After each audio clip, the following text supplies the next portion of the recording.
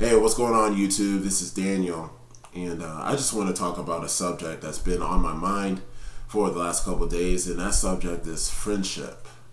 And so now I know that sounds like some first grade lesson or whatnot, but honestly, if we're honest with ourselves, I think that we come to the conclusion that we need at least one friend in this crazy dark world that we live in. So and with that being said, for people that know me, they know that I like to talk to people. I like to get to know people. That's just been a part of my nature for a long time. And some of my friends have asked me, Daniel, how are you so bold with talking to people that you don't even know? Like, how do you do that? I can't do that. And so if I have some friends that are asking me those questions, then I'm sure that there's a lot of people out there in the world who are asking the same thing, because you feel alone. You guys are alone, and you don't know what to do about it. And so I know the value of having friends, and so I would want to help teach you how to gain friends, and I mean the right friends, so that you won't feel alone. So let's get into it. The first principle is be intentional. And what I mean by that is be intentional with yourself. Like, know your why. Know the reason why you need a friend. Because, it's hard to do something without any reason for it, right? So know the reason why you need a friend.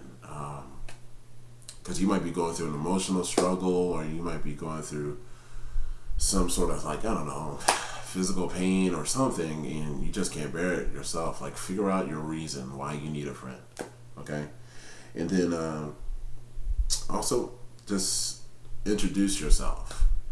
There is an intentionality that when you go up to a person, when you share your name, that says to them that you are at least a little bit vulnerable with who you are towards that person. If I go to you and say, hi, my name is Daniel, that first part says I'm opening the door for you to kind of walk into my life. Then you say, what is your name, right? Now that it's up to that person to give their name or not. We know that in particular scenarios, like when a guy is just asking a girl what her name is out of the blue, sometimes a girl says, I don't give out that information. That happens. There's a risk for that. But you can't, start a meaningful relationship without knowing the name of the person. The name of that person and your name matters. And also, just a quick note with that is, meeting someone at an event where you share a common interest with them is different than meeting someone out on the street when you're just out and about. Because, let's say if you're at a concert or at a party or, at a seminar or something, both you and the other party already know that you share a common interest. And so that means that there's a level of comfortability that's there than there would be, out on the street, somewhere, because you're like that person in one way or the other, okay? And so take note of that, because, as you feel that anxiety about introducing yourself to someone, all the excuses can come up. But no, the environment matters. And so if you're at a common interest event, just know that it's easier than other types of environments. Principle number 2 is breathe. Simply breathe. Again, with the anxiety, I know that some of my friends, they have anxiety attacks when they feel pressured to do something. Just breathe. That is probably the most natural healthy thing to do when anxiety comes is breathing. All right. Third principle is be proactive in your pursuit. When you're getting to know someone intentionally, it's it is a pursuit. It's a pursuit of that person's life, and so I mean, again, you want to introduce yourself, and then you want to ask questions with the word "you" in it. Okay. There's a way where you ask questions to where you're not trying to be nosy, but you're trying to be caring. Okay. And when you ask these questions, though, this is where you've already established that friendship. The comfortability between you and that person's already there. All right. And so the questions I'm talking about is, how are you doing? How was your day? How are you feeling? How is your family? Okay. Because when you involve questions like that with the word "you" in it, that just shows that you are interested in that person's life. Okay. It could be a turnoff where people have the letter I more so than the word "you." Okay. And that's another thing for you. That's a way of you not having friendships, is when you talk about yourself a lot. Okay. So be proactive with questions that have the word "you" or your in it. All right. And also be transparent. There's a door that's gets opened to the other person when you're transparent about your life, especially when somebody is talking about issues that they're going through. If you have been through the same issue, you can say something like, "Oh, I've been there before."